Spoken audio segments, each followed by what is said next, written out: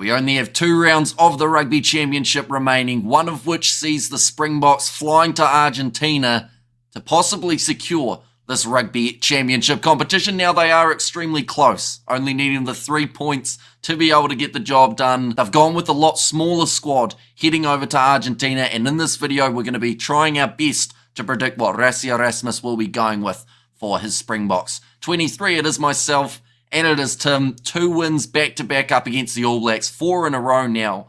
The Springboks have to be on a high, heading in up against Los Pumas, don't they? Yeah, they definitely are. They're definitely on a high. It's actually incredible that this is actually a record now, 4 wins in a row against the All Blacks. But I do expect the All Blacks to kind of get back, kind of firing against the Wallabies. But no, for this test against the Pumas, we're definitely not going to take it lightly and definitely not underestimate them because they've been brilliant throughout this Rugby Championship so far. So I'm looking forward towards the game. And it's very hard to judge what Argentina are going to do in this game. Last week, they went from being 20 or so points down to them beating the Wallabies by quite a substantial margin. Yeah. But we also learned from that game the Wallabies did not want to make a tackle throughout that second half. The Springboks will be right there in the face of the Pumas, which is why Rassie has gone with certain players in that squad heading to Argentina. But first of all, your front row. Who do you think Rassie will be going with for this contest? My front row, I have gone with the likes of Oxenche to keep his place, number 1.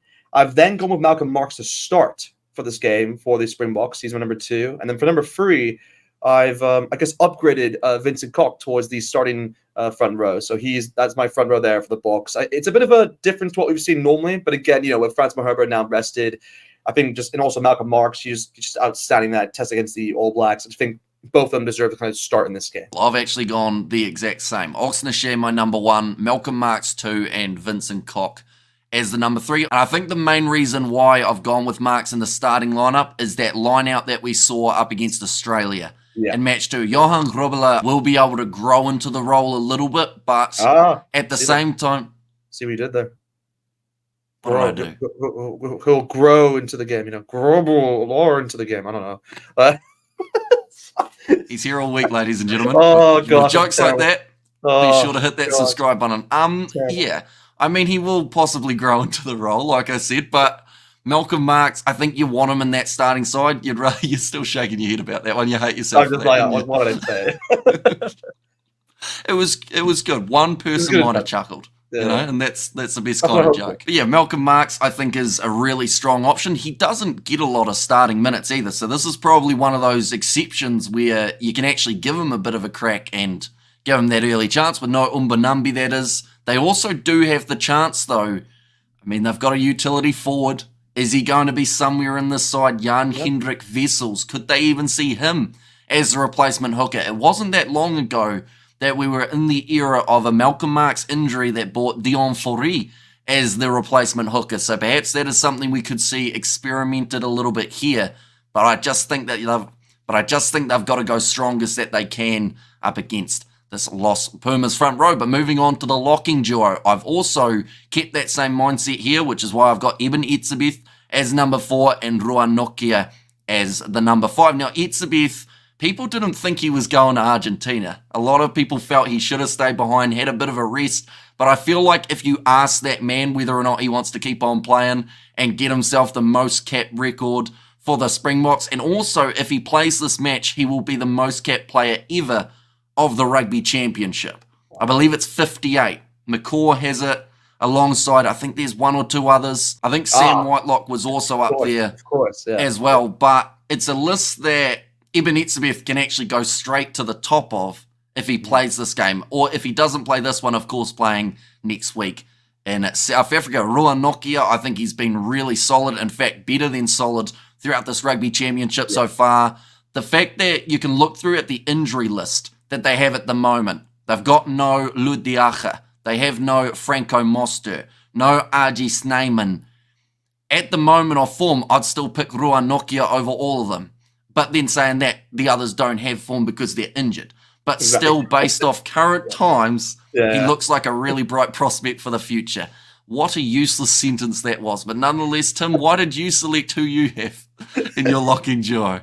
Well, for the exact reasons you just gave there, I've gone with the exact same two. I have also gone with Evan Smith, number 4, and Ruben Norte at the number 5. I think that is the best combination the Boks can go with going into this game. And like you said, yeah, there is a lot of injuries in that department in terms of locks, but I think Ruben Norte has definitely stepped up in terms of those 2 tests against the All Blacks, and I think he deserves another shot here against the Pumas. And that's the thing. They've got quite a few options in that locking duo.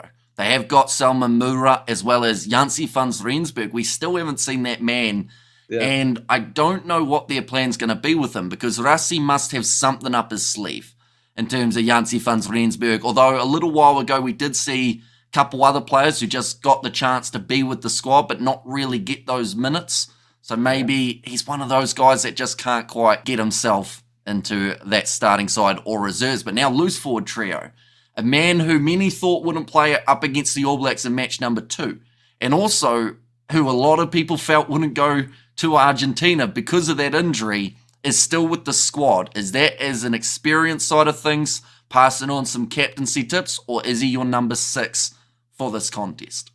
Oh, he's 100% the number 6, without a doubt. I think if you select him to go on a plane to Argentina, he is going to be your number 6. It's no question about that.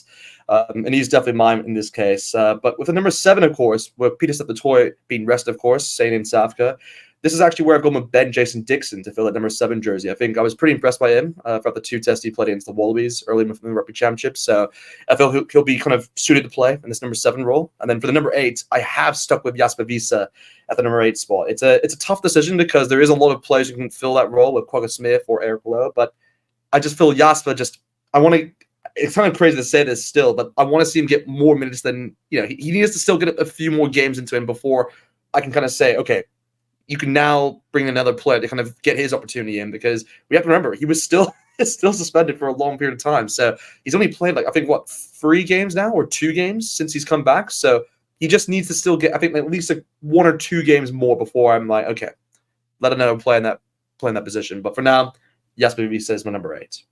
And some big internationals coming up for the Springboks in November. A lot shorter in terms of the amount of games that they've got, unfortunately, than a lot of people would have liked. Only the 3 matches. Teams like New Zealand having 5, Australia having the 4.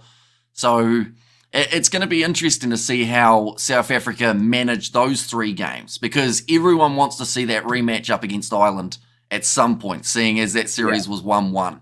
And they'll have to try and balance out who they play in these games as well as the November internationals, definitely with the URC just around the corner, which is starting the same weekend as this first match for the Boks. But now for my loose forward trio, I've gone with Sia Khaleesi at number 6. I'm in the same boat as yourself of, if you're going to take him all the way, I can see him as a bit of a leader type role, how they're like, look, we want to school up one of these younger guys. Same with Eben Etzebeth. There's a chance that maybe they've just brought those 2 to give Salman Murat or whoever is their next captain, I guess, a schooling in terms of what to do and how to lead a side in certain situations. Ben-Jason Dixon is my number 7. I know that man will want redemption after his last Springbok performance.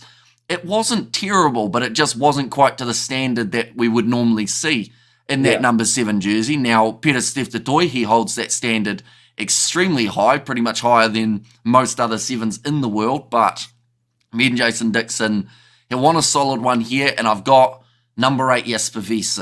I wanted to go with Eldrick Lowe, but once again, similar to yourself, I just feel like maybe there are a few more minutes that Jasper could get. But then, Eldrick Lowe, I would argue, does deserve the start in this game. Like, if you're basing it off who has had the better games of the Rugby Championship, I would go Lowe. But I think they will go.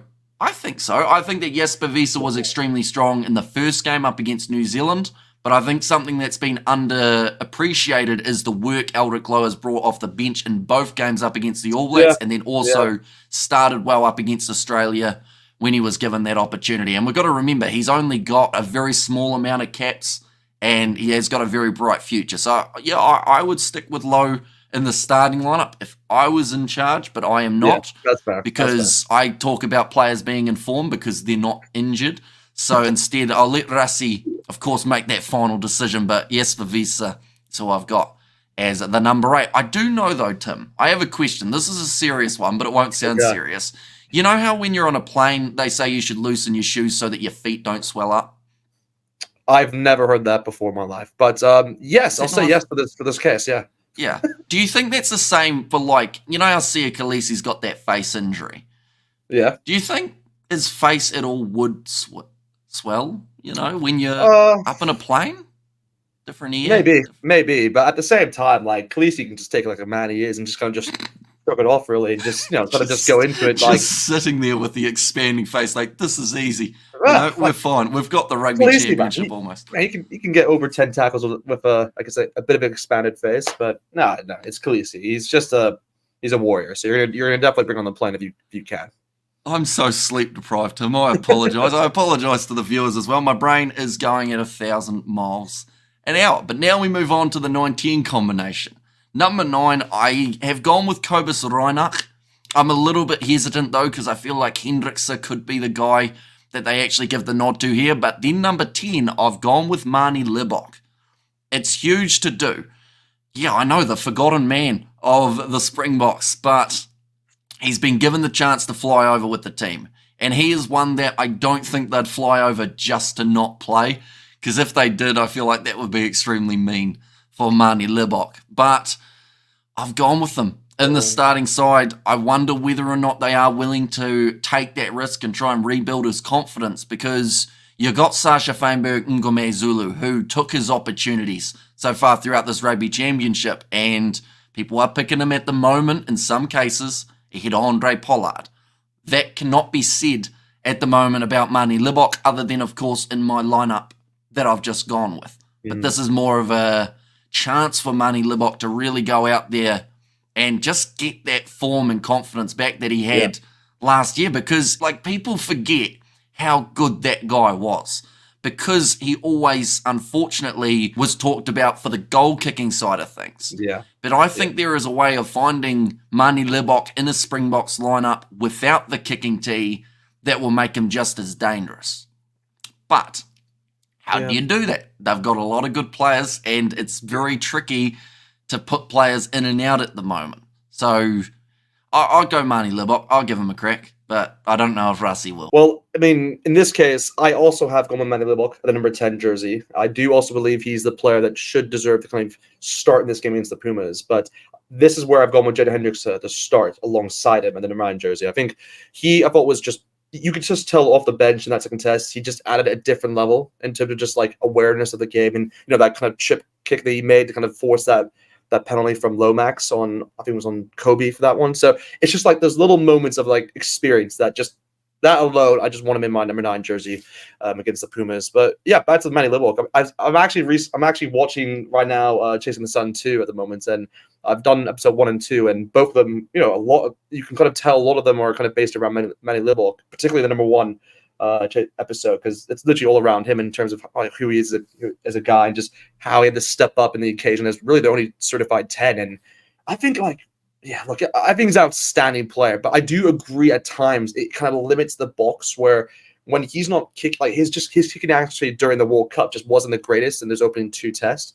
So it forces them to make like decisions like where you have Flaff kind of to come in or to do a kick, or you have like Cheslin who can make a kick for himself. But do you want to be in that position? Like I just don't feel like you want to be in that kind of position to kind of go for that. But at the same time, the Boks are just, you know, they're a team, and they kind of just surround each other to kind of build up together. So if he's not on form, then one kind of just comes into his place and just goes for it. So I have nothing wrong with that. I just prefer a guy who just, you know, is just kind of efficient on that standpoint. But from a playmaking point of view, oh my gosh, he is. I think this may be a bit of a. I think fans may forget how good he is in playmaking, but I'd say like he's still a better playmaker than Sasha. Like people have to remember, like Manie is a very good playmaker, a very good playmaker.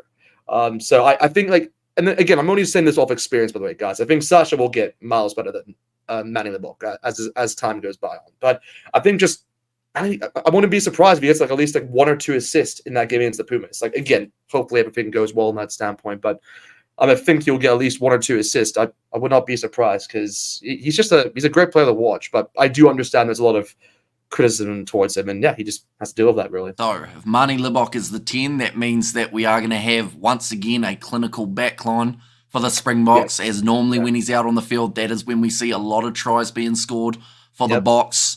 which brings us on to the centre pairing. For yourself, we do not have Damien Dialendi, but we do have a Jesse Creel. So the question is, well, to be honest, you haven't got many options, if we're being completely honest. Unless you've maybe gone Kane Moody. Has he snuck his way into your centre pairing? Maybe. I mean, for the number 12, this is actually where I've gone with Kanyuan. I think he's probably the set in stone number 12 for this game because, with no Damien Dialendi, like you said, I think he's just the certain one there. I think if you wanted to, we could put Jesse Creel at the 12, but I can't even remember the last time he actually played as a 12 for the Bucks. So I think that just would be a bit unfamiliar for him. So I think Lukanyam is the best guy in that position. And again, it's just a great opportunity for him to get some minutes on the board. So I think he deserves it to be the number 12 of this game. But for 13, this is where I've gone with Kaden Moody. I have made the call to put Kaden Moody as number 13. I think it's a dangerous combination to have Lukanyam and Kaden Moody. From a defensive point of view, I mean, I just don't know. But we'll have to see how it works because I don't think we've seen this combination. I think through the box, to my memory, I've been seeing this kind of work so far. So we'll see how it pays off against the Pumas because they're definitely they got some good centers there with Choco Barris as well as Sinti. So you want to be a bit careful because they can definitely bulldoze their way through. And with Sinti, he's just a very skillful player. So, but I like to think Kaden Moody with his pace can kind of get around them. So that's kind of I want to see Moody combination, and I think that's what Razzie will go. By the way, guys. And Lukanyuam definitely offers you a lot on defense, which I think helps massively in this type of game because, like you said, the Pumas like to get it into that 12 and 13 channel and just run it straight, try and get those extra meters. Kane Moody, his defense in that last game up against the All Blacks was criticised quite a bit. He was out on the wing, but we didn't really see him a huge amount, even when it came to the attack. Like, he had a couple really good runs, and then aside from that, it did seem like they were trying to target him a little bit when it came to that defensive line. So I feel like having someone like a Lukanyuam with him rather than being isolated out on the wing is really going to push him up to that next level. It's kind of like that whole iron sharpens iron. But then in this case, it's kind of like iron being Lukanyuam, and then you could say like copper or something for Kane Moody. One of those other ones that are quite good, but not quite at that same, I don't know, what's like the minerals or what's the ore kind of standings at the moment in terms of what's real good and what's not? I would say Kaden Moody. I'll say Lukanyuam on his day could be like gold, and I would say Kaden Moody is like silver at the moment. He has the potential to become a gold. I think like it's just a bit of ironing out really, and he can kind of put his way into that position. That was much better of a pun, Tim, and you don't even realize you made it. But nonetheless, we move on to the back three. Now, No, I didn't give you mine. I'll give you mine. For myself, in the centres, I have also gone with Lukanyuam as my number 12. Number 13, this is where I've gone with Jesse Creel. And he deserves a break because that man's been working very hard for the Springboks. But I also do think that this is the type of game that they'll give Creel that chance and then they'll rest him next week when the Rugby Championship is completely secured, even though it pretty much already is. But it's just one of those ones you want to make sure that you don't change too much in some regard because that adjustment period could actually be where Argentina are able to capitalise. We saw how quickly they can score tries if something isn't functioning. But the problem is, once again, Australia did not tackle in the second half of that game. So that makes a big difference. The Box, yes, they missed a lot of tackles up against New Zealand, but a lot of them, they didn't lead to a lot of meters. Whereas, Argentina just steamrolled the Australians in that second half. It was certainly not a great Wallabies performance. Yeah. With the exception of the first 20 minutes or so. They looked good in that moment. They seemed like they were on song. But back three. This is where I feel like because you've got Kane and Moody, this is pretty easy for yourself to be able to select because you've got three players. And I've got the exact same three. I have gone with Makazole Mapimpi as my number 11. I've gone with Kutli Arinsa as my number 14, and then Apalele Fasi back at number 15. Now, Willie Leroux, last game up against the All Blacks, his hands let him down a little bit, and I was seeing a lot of comments about it as well. As a 15, one thing that you need to make sure you're getting right is catching that ball. Because if you're having handling errors when you're trying to create a counter-attack and you're trying to get something progressing forward, the last thing that you can afford to do is just fumble it straight out in front, give the opposition the ball, because then you're out of position. You haven't got someone back there to be able to cover that quick break. But Willie Leroux, he still did some things great in that game up against New Zealand. I think at the moment, though, Rassie does like the look of Apalele Fasi as that future option. He's brilliant under the high ball. He's got pace. He's got that ability to beat defenders, which is exactly what you could say about these other two men that I've selected out on the wing. Kurtley Arendse, I've transferred him to the right wing. There was a slight chance that I considered Moody for that right wing, but then I thought, can you bring Mapimpi off the bench with the same kind of impact? And I just feel like it would be quite sad for Mapimpi not to get minutes if he goes all this way. Definitely because he's decided to leave the baby and his wife at home, because that is why he missed the last game, you know? So I feel like if you're going to make him travel all that way, at least give him some minutes. Yeah, I agree. I think, look, I've gone the exact same back three as you with Mapimpi as well as Kurtley Arendse and, of course, Fasi as the back at 15. I just think them three alone, I think, has to be kind of like what the Springboks go for. I think Rassie will have that kind of in mind as well. For the exact same reasons, like you said with Mapimpi, I think, we didn't get to see him involved in that second test against the All Blacks, so I'd like to see him involved in this one. I think Kurtley, again, he hasn't been involved, I think, heavily. I'd say in that second test, I didn't see too much of him in that one. I think it was more Cheslin who really stood out in that one. But still, I mean, he's a dangerous player, Kurtley, on his day, so he can definitely run circles around anyone. And yeah, Fasi, man, he's definitely stepped up. I think he's one of the most, like, if there was like the most improved category you can make out of this Rugby Championship, I think he's in that list of players. So I've been pretty impressed by him and what he's done. And yeah, look, Willaroo, I mean, I think he had a very average game, I'd say, at best. I think it's not like where he was outstanding, but I think there was moments where, like you said, with that interception, it could have gone either way. I think he's tried to do that in the past as well, and it hasn't worked in his favor. But I actually looked back at the game again. It's one of those moments where I'm actually happy he did it, because it's one of those where it's a moment where if you don't get it, it's okay. You get sin bitten, and that's obviously what was going to happen any day of the week. You're stopping an attack happen. And I think at the moment, I think the All Blacks were actually going to have a lot of momentum in their favor if that went through. So I kind of happy he did it, because it changed the way the game went for the rest of it. But yeah, look, when you look back at nowadays, I think Willaroo just had a very standard game. But again, he did his job, and yeah, that's what I expected of him. So that now gives us our starting lineups that we think Rassie Erasmus will be going with. We've got the benches now. Last game up against the All Blacks, we saw a 5-3 from the Springboks. Normally, we are used to seeing the 6-2.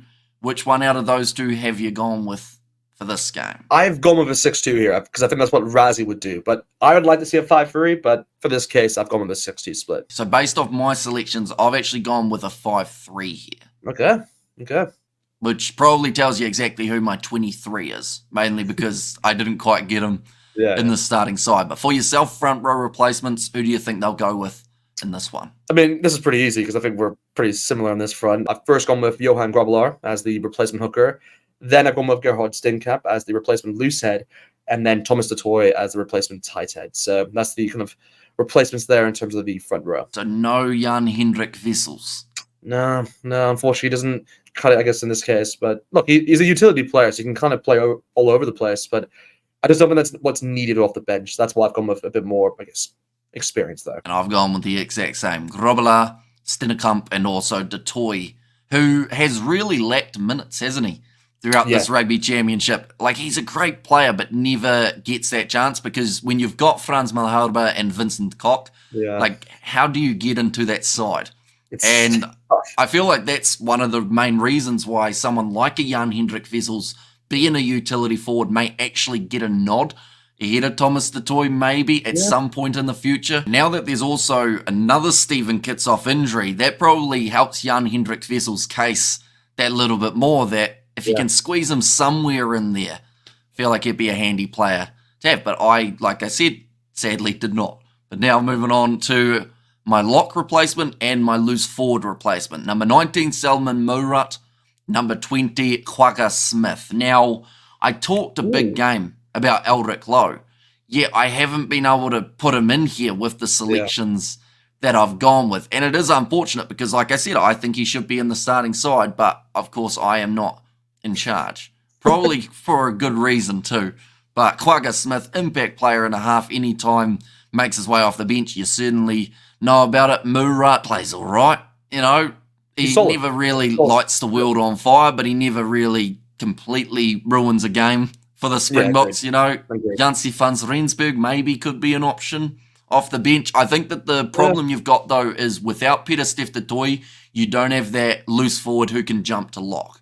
So that's the big reason I've gone with the specialist lock off the bench in this contest. Yeah, I mean, look, I've gone with more as well off the bench as my number 19, but this is where I've gone with Marco van Staden at the number 20 spot, along with Quagga Smith at the number 21. I think it's one of those.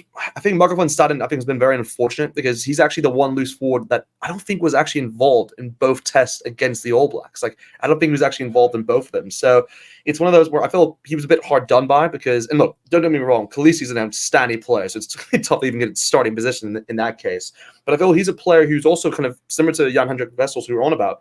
He could actually play in different positions. Like, if he wanted to, he could actually cover at the hooker spot. You know, we saw that actually in the World Cup, actually, where he played, I think he played at least 40 minutes, I think, in total. I think throughout 2 games, he played like 20 and 20. So he's used to that if they needed to do that. So it's one of those where you can even see Marco van Staden selected there, and you get Eric Lowe then that can maybe come off as your loose forward. But I'd be very surprised if they do that, because if they've brought Grobbelaar there, then I'd expect him to kind of be involved in this game. But yeah, no, Marco van Staden, he definitely gets in. And then yeah, Quagga Smith, like you said, he's just been, he is unbelievable. He is just an unbelievable player.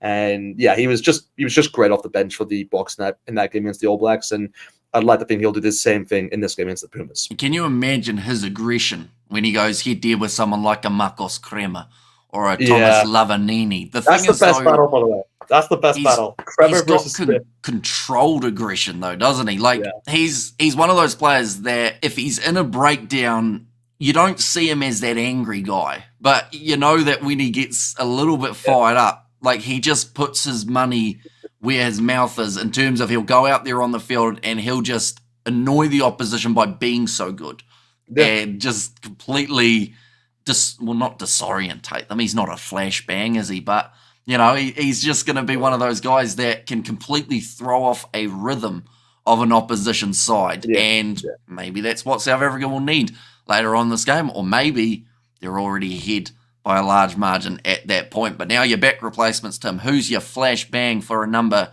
22 and 23? Well, originally I actually had Grant Williams here as the replacement scrum out, but of course he did get injured, so he's no longer available. So in this case, I've actually gone with Cobus Ronick to come off the bench here, just a bit of experience, kind of close the game out. And then along with him, I've also gone with Andre Pollard. I think he's just a player who can kind of cover a lot of positions. I was considering Jesse Krill because, again, he also can cover, like, if you need him at 12, he can play there. You know, he's obviously at 13. He's played 14 before in the past, so he can cover those. But I just feel like Andre Pollard, I'd like to see him kind of get involved in this game. But I wouldn't like to see him be taken on for the expensive Manny Libbok. I want Manny Libbok to kind of play the full 80. But I can kind of maybe see him play maybe at 12, and then maybe you shift Lukhanyo up to 13, or I don't know, something along those lines. There's a lot of ways they can get about that, but Andre Pollard is the last name on my list. Any thought of Morne van den Berg? Or because he's a late inclusion for Grant Williams, does that kind of put him a little bit further down? I think that's exactly why. Righty, so for myself, I have got number 21, Jaden Hendrickse. Like I said, he easily could start this game, but I've got him coming off the bench for this one. Number 22, I have got Andre Pollard. And then number 23, the utility man himself, I've gone with Jan Hendrik. No, I haven't. I've got Kanan Moody as my number 23. Imagine, though, you know, some teams do put that replacement forward as that 23, don't they? The extra one that they pop in. That would certainly confuse a few people if he was there. But Kanan Moody, I don't think that's too confusing. The man could almost be in the starting lineup, but I've got him coming off the bench. He can play centre, he can play wing. A little bit similar to what you would have had with Krill if he had been as your number 23, but still a phenomenal player that deserves some minutes up against Los Pumas. But those are our starting lineup predictions and reserves, ladies and gentlemen, for the upcoming game between the Springboks and the Pumas. It is going to be an exciting one. Always feels like a very long time between games when we've got that bye week, but we're just about here, ready to go for the contest, the 5th round of the Rugby Championship. Chance for the Boks to secure it. We are going to be letting you know the lineup as soon as it is announced, so be sure to keep an eye out. But thank you very much, Rugbyitch, once again for coming on the channel. Anyone who wants to see his channel, it is in the link in the description as well as the pinned comment. Let us know who you think Rassi will be going with in the comments down below. If you did enjoy, be sure to leave a like and subscribe. I will see you all for the next one.